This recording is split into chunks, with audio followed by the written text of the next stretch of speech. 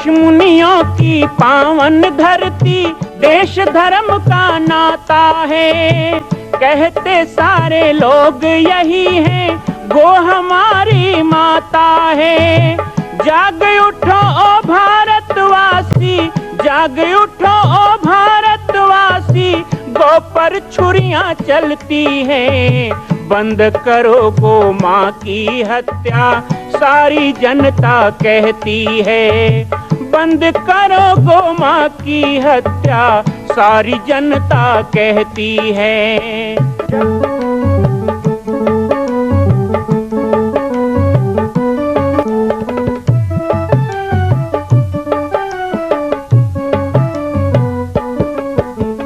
जगह जगह पर बूचड़ खाना, लाखों गौएं कटती हैं।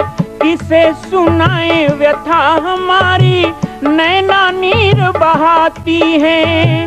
रक्षा करना गौ माता की, रक्षा करना गौ माता की, गीता ज्ञान सिखाती है। बंद करो गो माँ की हत्या, सारी जनता कहती है। बंद करो गो माँ की हत्या, सारी जनता कहती है।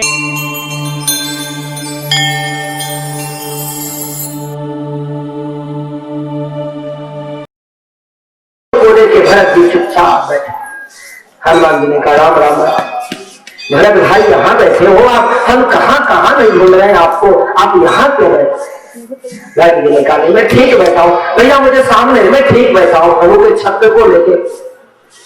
हनुमान जी आए भगवान के पास, राम जी आप ही कुछ करो, भरत भैया नहीं मानते हैं, आप कहोगे तो मानेंगे, आप कह दो उनको कि सामने आ जाए। वो पीछे छत्र को लेके बैठे। राम जी ने कहा हनुमान जी वो ठीक जगह बैठे। हनुमान जी को बहुत गुस्सा आया, तो सब लोग सामने बैठे बढ़िया कपड़ा पहन के, और भरतलाल जी बड़े बड़े त्यागी महात्मा पीछे बैठे सिंहासन, तो आप कहते हो ठीक जगह बैठे। राम जी ने कहा हाँ भैया वो ठीक जगह बैठे। मेरा राज्य अटल हो ये तुम चाहते हो कि नहीं? बोले हाँ। मेरा राज्य सुखी संपन्न हो चाहते हो कि नहीं? बोले हाँ। मेरे राज्य में पाप ना हो चाहते हो कि नहीं? बोले हाँ। आगे तो बोलो। राम जी ने कहा यदि मेरा राज्य अटल चाहते हो तो मेरे छत्र, मेरे ऊपर छत्र छाया संत की रहनी चाहिए। भरतलाल जी संत है भैया, इसलिए वो मेरे ऊपर छत्र छाया करके बैठे हैं, वो ठीक जगह बैठे। भरत के बारे में तो राम भी लिखे, इसलिए हम सब लोग भरत जी महाराज की वंदना करते हैं। और एक बात और बाबा ने कही है, रामायण क्या है? काम दुहा गाय। मानस प्रेमी सज्जनों, मानस क्या है जानते हो? काम धेनु गाय है रामायण, काम दुहा गाय। रामायण काम दुहा गाय है, तो इसका दूध क्या है? गाय है तो दूध भी तो होना चाहिए। गाय रहे दूध ना रहे तो कैसे होगा? तो दूध क्या है जानते हो? राम ही इस रामायण का दूध है। दूध तो बड़ा पौष्टिक होता है, बड़ा स्वादिष्ट होता है, बड़ा सफेद होता है, बहुत सुंदर होता है, बलवर्धक होता है। लेकिन उस दूध में कहीं शक्कर मिला दिया जाए, क्या कहना फिर उस दूध का? रामायण काम दुहा गाय, राम जी दूध, और लखन कौन है जानते हो? शक्कर। अब क्या चीज की कमी है? पी जाओ फटाफट, लेकिन नहीं, कहीं केसर डल जाए तो कितना आनंद आए। रामायण दूध, रामायण गाय, राम दूध, लखन शक्कर। और इतना होने के बाद भरत क्या है? इस दूध में डलने वाला केसर। केसर डल जाए तो दूध केसर युक्त हो जाता है। इसलिए भरत जी महाराज की वंदना हम सब लोग आए, वंदना के क्रम में आगे बढ़िए। भरत जी की वंदना के बाद बाबा ने श्री लक्ष्मण जी की वंदना। वंदो लक्ष्मण पद जगदाता, वंदो लक्ष्मण पद जगदाता, कीर्तन सुभग भरत सुखदाता, कीर्तन सुभग सती सुखदाता, रघुपति कीरति नरमदाता, रघुपति कीरति नरमदाता, समान भयउ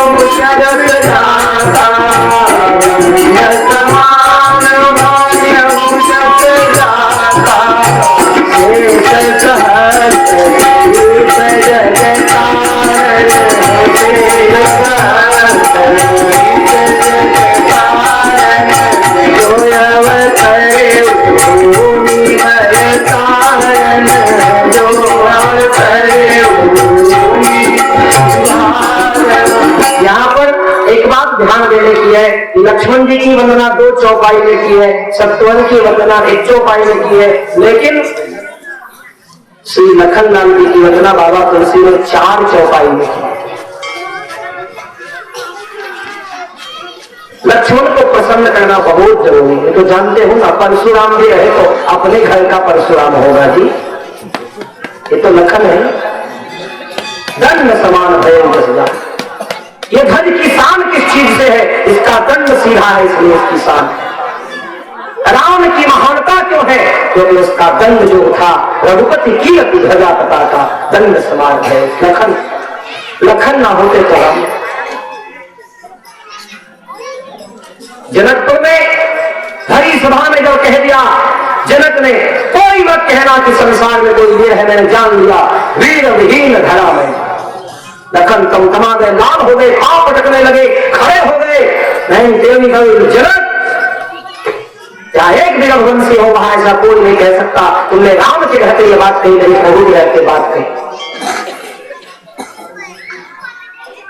जब ये बात कही थी तो भगवान ने नैन से इशारा किया, लखन बैठ गए। वशिष्ठ ने आदेश दिया, राम जी उठे। तो उस समय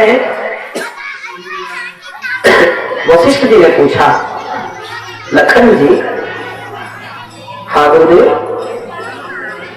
राम चुप बैठे थे और तुम इतने लाल हो गए थे, तमतमा गए थे। गुरुदेव, राम कौन है आप तो जानते हो, राम रघुकुल के सूर्य है। मैं चाहता था कि सूर्य का उदय हो, सूर्य का उदय हो, लेकिन हो ही नहीं रहा था। मैं परेशान हो गया। मैंने सोचा सूर्य का उदय कैसे होगा? तो सूर्य का उदय तो तभी होगा ना जब दिशाएं लाल होंगी। तो पहले मैं लाल हुआ तो सूर्य का उदय हुआ, इसलिए मैं लाल हुआ गुरुदेव, और कोई बात नहीं। लखन और राम में इतनी एकता है कि धोखे से यदि राम की दाहिनी भुजा उड़ जाए तो लखन की भी भुजा अपने आप उड़ जाती है, इतनी एकता। मैंने प्रथम दिन की राम कथा में कहा, राम लक्ष्मण छोटे थे, एक पालने में झूलते थे तो सीधे सुला दे तो लखन रोने लग जाते। दोनों का सिरहाना एक तरफ हो जाए तो लखन रोते थे, तो उनको उल्टा सुला देते थे। राम जी के पांव के तरफ लखन जी का सिर, तो राम जी का अंगूठा मुंह में लेके चूसने लग जाते थे लखन जी, और चुप हो जाते। कितनी भक्ति, कितना प्रेम। 4 चौक। पहली बात कही है, बंदो लक्ष्मण पद जल जाता। लक्ष्मण के पद को कमल की संज्ञा। अब आप जरा सोचो कि जो नंगे पैर खुले पांव 14 साल जंगल जंगल भटका हो, उसके पांव कमल जैसे कैसे होंगे? उनका पांव तो कठोर ही होना चाहिए। लेकिन तुलसीदास जी कहते किसी संत ने कहा, बाबा तुलसी जी आपको कुछ समझ नहीं है क्या? जो 14 साल कठोर भूमि में चले हो, उनके चरण को आप पद जल जाता कह रहे हो? तुलसीदास जी ने कहा, भाई ये बताओ, राम के चरण एक बार कठोर हो सकते हैं लेकिन लखन के नहीं हो सकते। क्यों? क्योंकि पहले राम चलते थे, बाद में लखन चलते थे। पहले पूरे रास्ते के कांटों को तो राम अपने पैरों में चुभा लेते थे, सीता और लखन को तो कभी कांटा लगने ही नहीं दिया। जो राम के पीछे चले उसे कभी कठोरता नहीं मिलेगी। एक भक्त था, भगवान से बार बार कहता था, भगवान आप मेरे साथ चलो। आपने, मैं तेरे साथ हूँ पागल, तू क्यों नहीं समझता? मैं तेरे नहीं, मुझे दिखते क्यों नहीं? मैं तुम्हें नहीं दिखूंगा, लेकिन एक बात सुन लो। बोले क्या? जब तुम सुबह सुबह निकलोगे ना कहीं जाने के लिए, तो देखना तुम्हारे साथ 4 पांव होंगे, 2 पांव नहीं। वो चलता था तो क्या हुआ? जब पीछे देखता था तो चलता तो एक था, लेकिन 4 चरणों के चिन्ह धूल में पड़ते। बहुत प्रसन्न रहता था, भगवान मेरे साथ चलते हैं, भगवान मेरे साथ चलते हैं। अचानक उसके जीवन में दुख आया। दुख तो सबके जीवन में आता है। जितने मित्र कहलाने वाले लोग थे, जितने बंधु थे, जितने भाई थे, सब लोगों ने साथ छोड़ दिया, स्वार्थी लोगों ने। उसको दुख नहीं हुआ, मेरे भगवान मेरे साथ, मुझे क्या दुख और बढ़ा, संकट और गहराया। एक दिन देखा कि 2 पांव का चिन्ह पड़ रहा है, 1 पांव 2 पांव गायब हो गया है। अब बहुत गुस्सा है। दुनिया वालों ने छोड़ा तो कोई गम नहीं था, लेकिन भगवान ने छोड़ा, भगवान ने छोड़ा। संसार सुख का साथी होता है, दुख में साथ नहीं देता, लेकिन भगवान को दुख में रहने चाहिए साथ में। भगवान भी छोड़ के चले जाए, कैसे हुआ? भगवान से शिकायत की कि प्रभु आपने भी मुझे छोड़ दिया। प्रभु ने कहा कुछ दिन के बाद तुम्हें पता चल जाएगा, अभी कुछ मत सोचो। कुछ दिन के बाद दुख के बादल छट गए, सुख का समय आ गया, मित्र लोग जुड़ने लगे, परिवार के लोग जुड़ने लगे, तो उसने देखा फिर 4 चरणों के चिन्ह पड़े। अब तो और भी गुस्सा आया, दुनिया वालों ने छोड़ा तो भगवान ने भी छोड़ दिया, अब दुनिया वाले आने लग गए तो भगवान भी आने लग गए, तुम भी स्वार्थी हो। भगवान ने कहा नहीं, तू समझ नहीं पा रहा। अरे पगले, मैं कहीं गया थोड़े था, तो मैं तेरे साथ था। बोले तो साथ थे तो 4 चरण के चिन्ह क्यों नहीं पढ़ते थे, 2 ही चिन्ह क्यों पढ़ते थे? बोले 2 चिन्ह पढ़ते थे, लेकिन तू सोचता रहा कि वो तेरे चरण का चिन्ह है, वो तेरे चरण का चिन्ह थोड़े था। जब दुख तेरे ऊपर आया ना तो तू चलता कहाँ था? तू तो मेरी गोद में था, मैं चलता था। तू तो मेरी गोद में, मैं चलता। ऐसे 2 चरण, तू कहाँ चलता? लखन दूसरी बात कही, शीतल सुगंध भरत सुंदर। चरण शीतल भी है, चंदा भरत जो धूप में चला हो वो शीतल। राम आगे होते थे ना, सीता आगे होती थी ना, लखन को कभी धूप नहीं मिला 14 वर्ष, वो तो राम के छाया में चल रहे।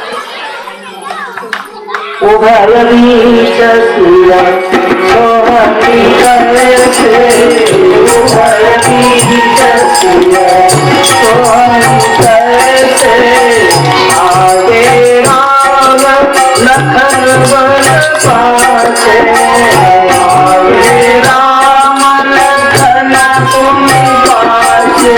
ध्यान में रखना दोनों शब्द को, उभय बीच सिया सोहती कैसे, उभय बीच सिया सोहती कैसे, ब्रह्म जीवन माया कैसे, ब्रह्म जीवन माया कैसे।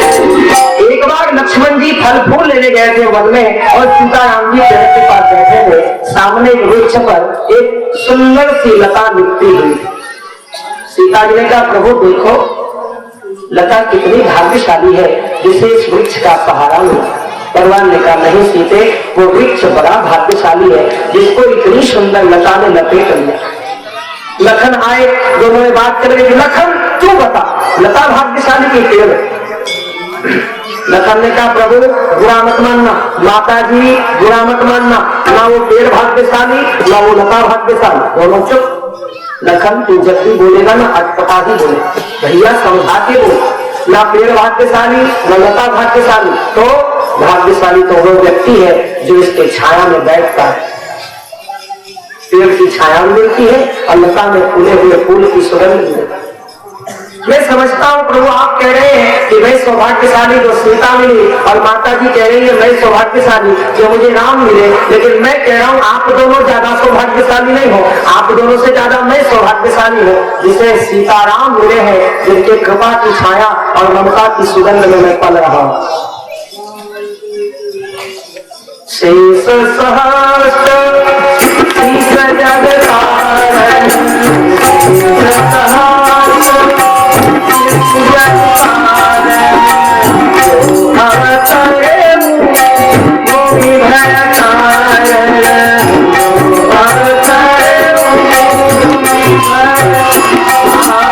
लक्ष्मण जी से हमें ये संकेत मिलता है कि उदंड मत बनो, बनना हो तो दंड बनो, दंड बनो। आत्मविश्वास से परिपूर्ण रहो, आत्मबल से पूरित रहो। दुनिया झुकेगी, झुकाने वाला चाहिए। हम संसार के सामने ना झुके, भगवान के सामने तो झुकना ही पड़ता। दंड बनो, उदंड मत बनो। उदंडता करोगे तो दंड मिलेगा, लेकिन दंड बनोगे तो दंड नहीं मिलेगा, तुम स्वयं दंड हो। लखन दंड है, राम की कीर्ति के दंड है, और दंड जितना मजबूत होता है, जितना स्थिर होता है, ध्वज उतना ही लहराता है। पूरा बांस ही लहराने लग जाए तो झंडा क्या लहराएगा? बांस अद्भुत दंड समान रहे तो ध्वजा लहराए। आज राम की कीर्ति संसार में फैली तो लखन के कारण।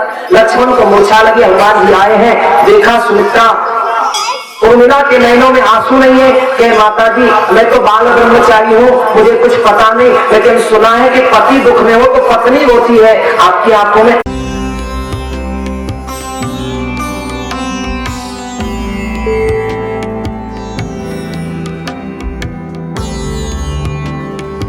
मां कौशल्या की पावन जन्मभूमि छत्तीसगढ़ प्रांत में बालोद जिला में स्थित है श्री सर्वसिद्ध शक्तिपीठ जामड़ी पाटेश्वर धाम। परम पूज्य सद्गुरुदेव राजयोगी बाबा जी की तपस्थली श्री पाटेश्वर धाम और विश्व के अद्वितीय मां कौशल्या जन्मभूमि मंदिर निर्माण का दर्शन करने और इसी प्रकार समसामयिक विषयों पर अपना ज्ञान वर्धन करने के लिए और 10,000 गायों के लिए बनने वाले श्री हनुमान नंदीशाला गो अभ्यारण्य का समाचार प्राप्त करने के लिए आप सभी देखते रहें YouTube चैनल पर राम बालक दास, और हमारे चैनल को आप सभी सब्सक्राइब करें, घंटी का बटन दबाएं ताकि आप सूचनाओं से जुड़े रह सकें। जय श्री राम, जय गौ माता, जय गोपाल।